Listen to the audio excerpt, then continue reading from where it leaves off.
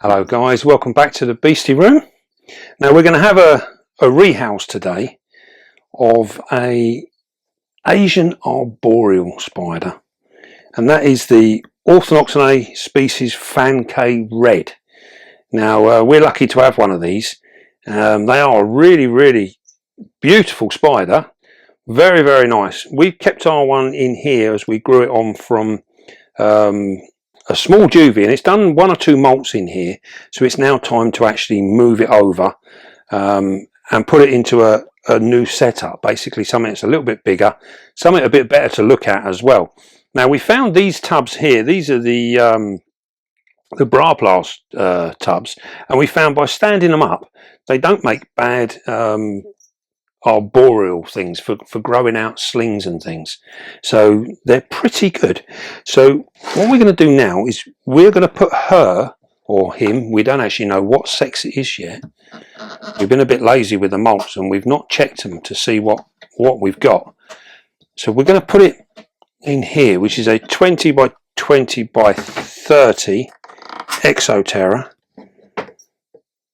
and that will be more than enough for this spider pretty much up to adulthood. Now the literature on them, there's not very much about them at all really, apart from the fact that they come from South Vietnam, and they can get up to about 18 centimeters, so that's quite a large spider. We keep our Sabar blues, which are a very similar spider.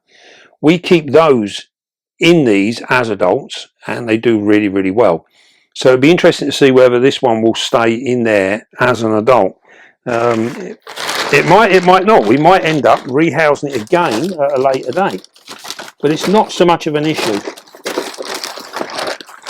Now one of the things that we get asked an awful lot is people get worried about how often they rehouse their spiders. So they might have literally rehoused it, and then within a couple of weeks they end up with mold and all sorts of bits and pieces like that in the enclosure, and they're worried about disturbing that spider again. Do not be. You know, if you need to do it, just get on and do it. It's not a problem.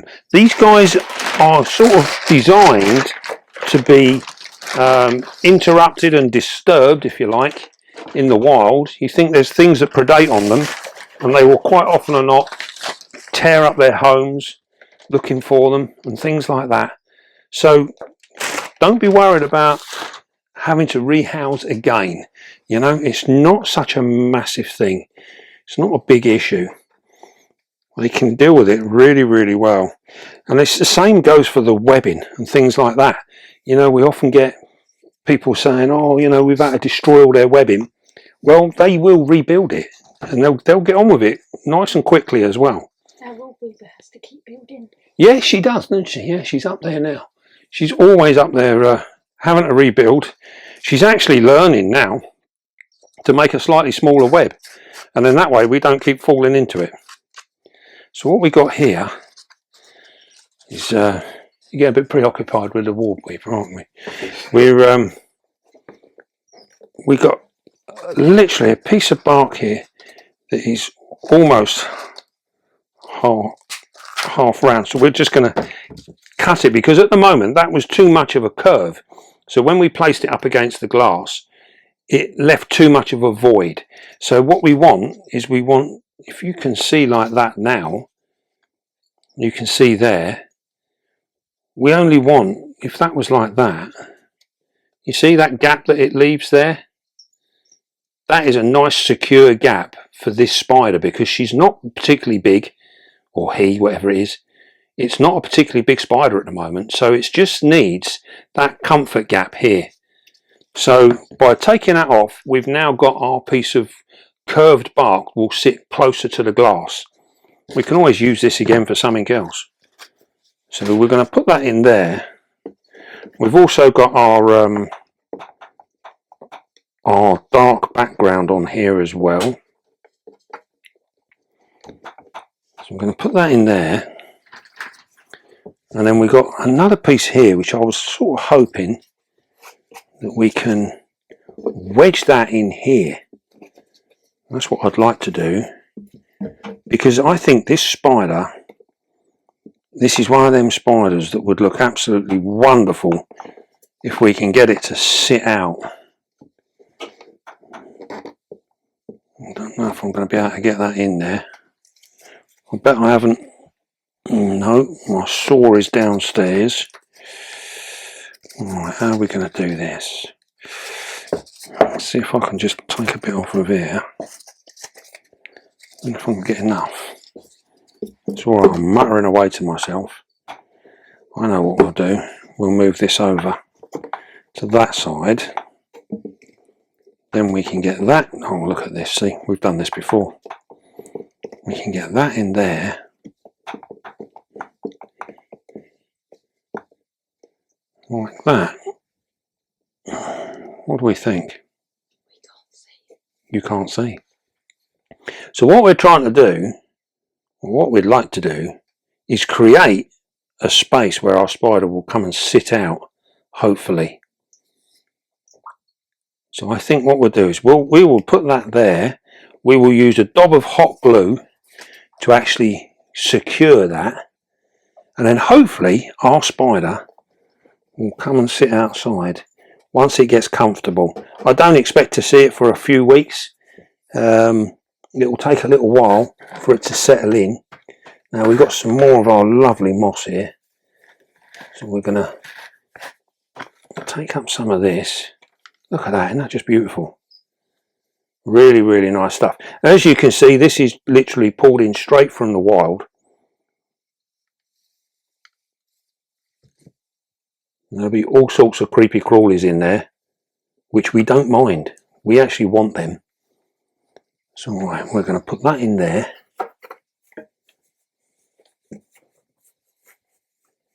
Just push it down into the soil a little bit. That is probably actually all we're going to need. I don't think we'll bother putting any more in there. We'll leave it at that. So that's going to be a really, really nice, simple, I've got this little bit here, simple enclosure. I've got a little bit of rough stuff there, so we'll put that in the back corner. That'll do. So we've got our hot glue gun on the go here as well. Where's my sprayer? Get me sprayer.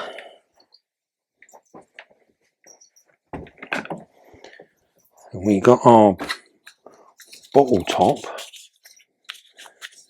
So we're going to get this. So what we want to do now is we want to try and work out where we're going to put this. Now, quite often we put it on the back here, but what we have found is that when we attach it to these back pieces where our spider lives behind, they quite often web this top over, which makes it problematic, because if there's any web that sits inside that water bowl, it actually sups the water out and causes us problems. So I think what we're going to do, we're going to put it out on the front here like that.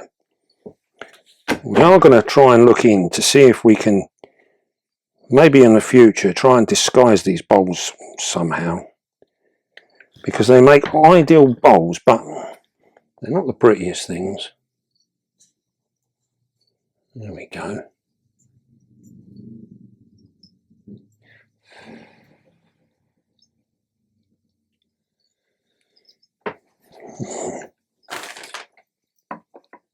Get that on there.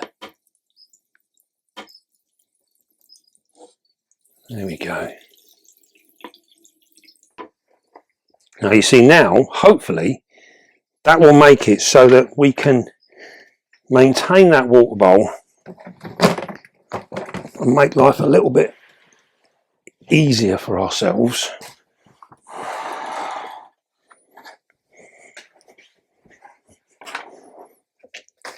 So what we're going to do now, we're going to soak up our moss. Now, one of the other things that we've been getting a lot of questions about is how do we keep our moss alive? And it is actually a little bit of a trick question, really, because we get a certain amount of it survives really, really well, and in other tanks, for whatever reason, they don't seem to survive. So we found that quite often or not, we either overwater it, and I think this is often has a bit of an effect on it. So the moss itself on the top needs to dry out. So if you look here, it's sort of damp, but we don't want it absolutely wet. So it's important that the actual roots get to drain, and then they seem to take hold and they work really, really well. We also found as well different intensities of light. So if we have light that is just too strong, then that tends to kill it off a little bit as well. So it's just about getting that right intensity of light. Now we found with our LED lights, they seem to work quite well. They seem to keep it in a fairly even kill. But it is a little bit of having to play around. And I think also as well, temperature often plays a bit of a part as well. If, for argument's sake, on our tanks where they're pulled forward so that the lights on the shelf below are just underneath, we get a warmth come up through them, and I think sometimes that warmth can almost be too much for the roots of the moss. So if they're a little bit cooler, they seem to work better as well. So there's a number of different things there that we need to have a little play around and see. Right, let's have a look at this wonderful spider. These really are very nice. Now as these grow, they're going to get even better. Now we've got a molt in here, so if we have a look in here, we can see we've got a molt here. That's an old molt, so we can literally, we might just be able to find enough on that, because that's the important part there. So we might just be able to get that, get a bit of moisture on it, soften it up, and we should be able to see what sex this spider is. But it is quite an old molt. Right then, now then, these are very, very quick, and they're not to be messed with, so we need to be careful. You need to be confident with what you're doing. What we're going to do is we're going to pull this back and try and find her. There she is.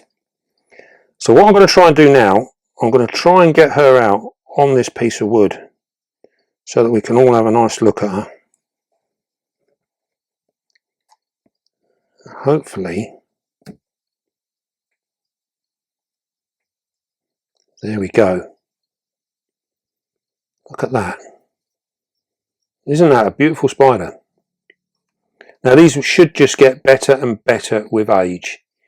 And if you look on the internet, you'll see there are some pictures of adult ones.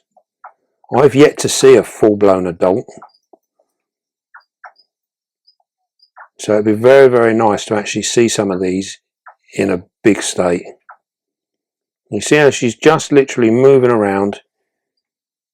She feels quite comfortable on that piece of wood.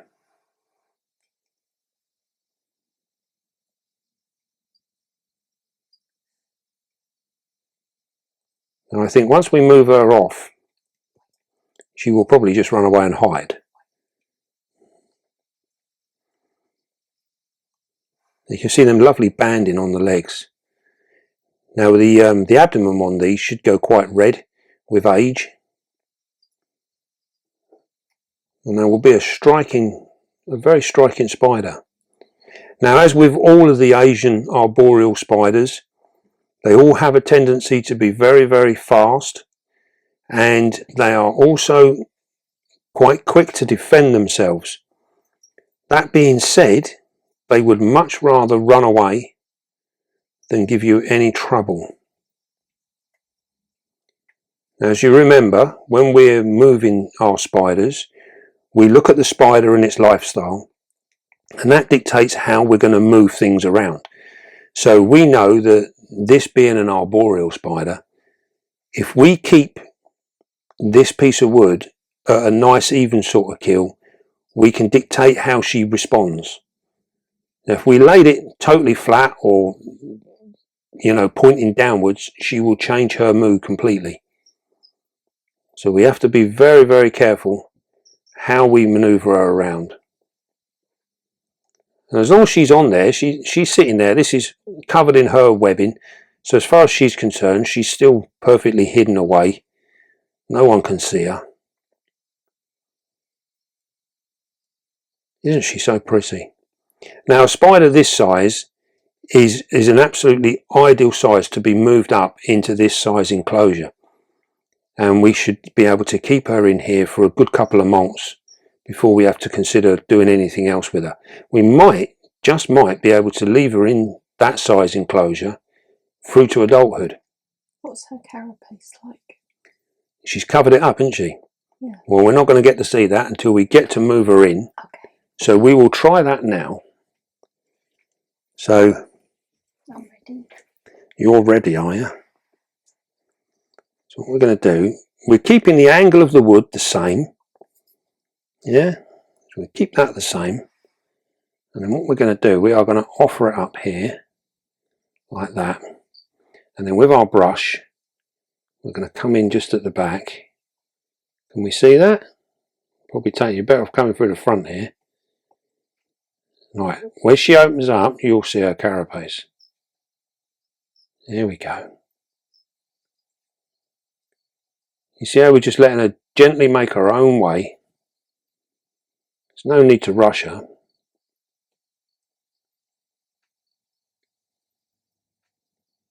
You see how she changed there?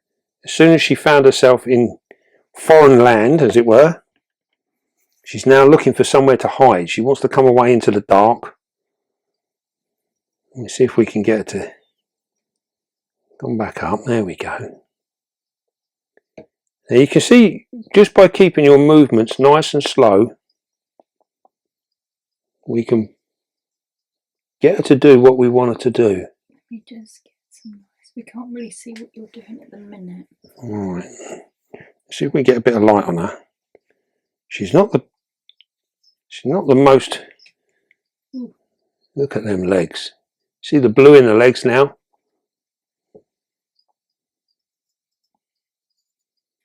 Very, very pretty. See if we can get a couple of still photographs on the camera there. If you angle the camera, because you've got a lot of shadow on her at the moment. That's a bit better. But now you've got the torch flash there. That's it, that's it. Get a picture before she disappears.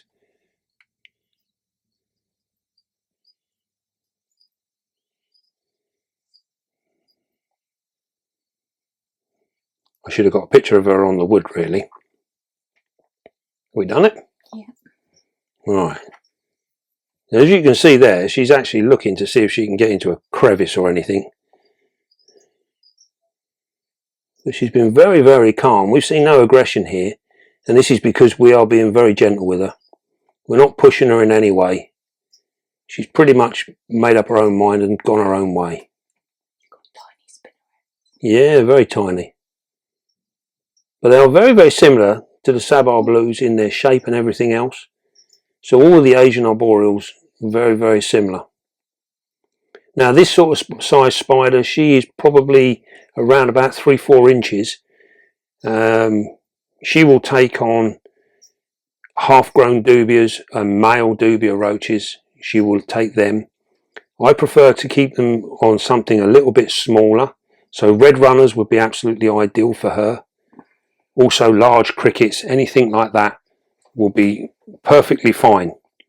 Now in terms of what we keep in her enclosure, we are looking at having a reasonably high humidity, and we're also looking at keeping her relatively warm. So in our room, where we can be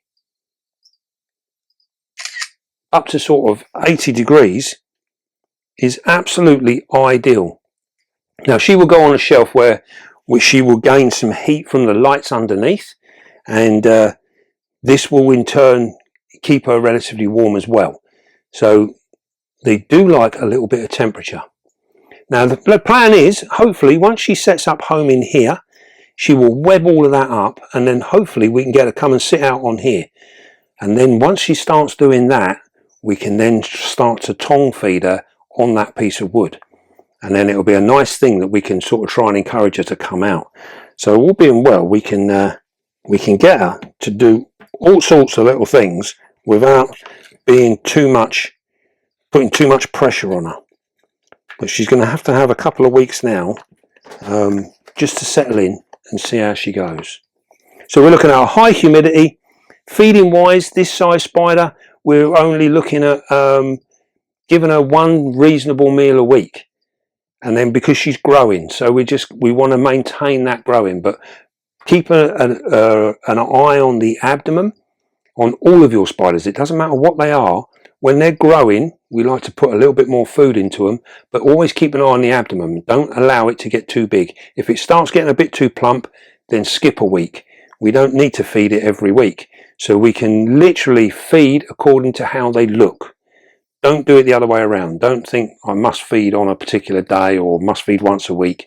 Always try and do it so that the abdomen is the key as to how many times we need to feed, and also to what we need to feed. So if their abdomen's a little bit plump and they've been a couple of weeks and they've not had any food, then we can give them, say, a small cricket just to keep them ticking over, just to keep the system working. Because as we've seen, I was having this conversation with a friend, and sometimes with snakes we can get this. Snakes can put on weight, so what do? We starve them, we don't feed them at all. And then quite often what can happen with some snakes is they can actually go off the boil and they can forget to feed. So it doesn't matter how often we try to feed them, they then refuse food. Spiders can be the same way. We can get them to a point where it's been so long since they've had something, it's almost like they've forgotten what to do. So they sort of switch off. It's like they mentally switch off. So I think it's more important that we just maintain and keep that system rolling, keep their workings, keep everything working, and then that way hopefully they won't ever find themselves in that position. It just means that we feed slightly smaller food, and that will keep them ticking over. There you go. Look, now she's going down now. She's going to find herself somewhere to hide. Now we also have a Phan Cay blue as well. It's a very, very similar spider. We will perhaps rehouse that one soon as well. Right then, we shall leave her to it. We shall shut the doors up and get her up ready to go on top of the onto the shelf. And I'm sure she'll have many a happier day up there. Right then, don't forget, be calm, be gentle, and love your spider. We'll see you soon, guys.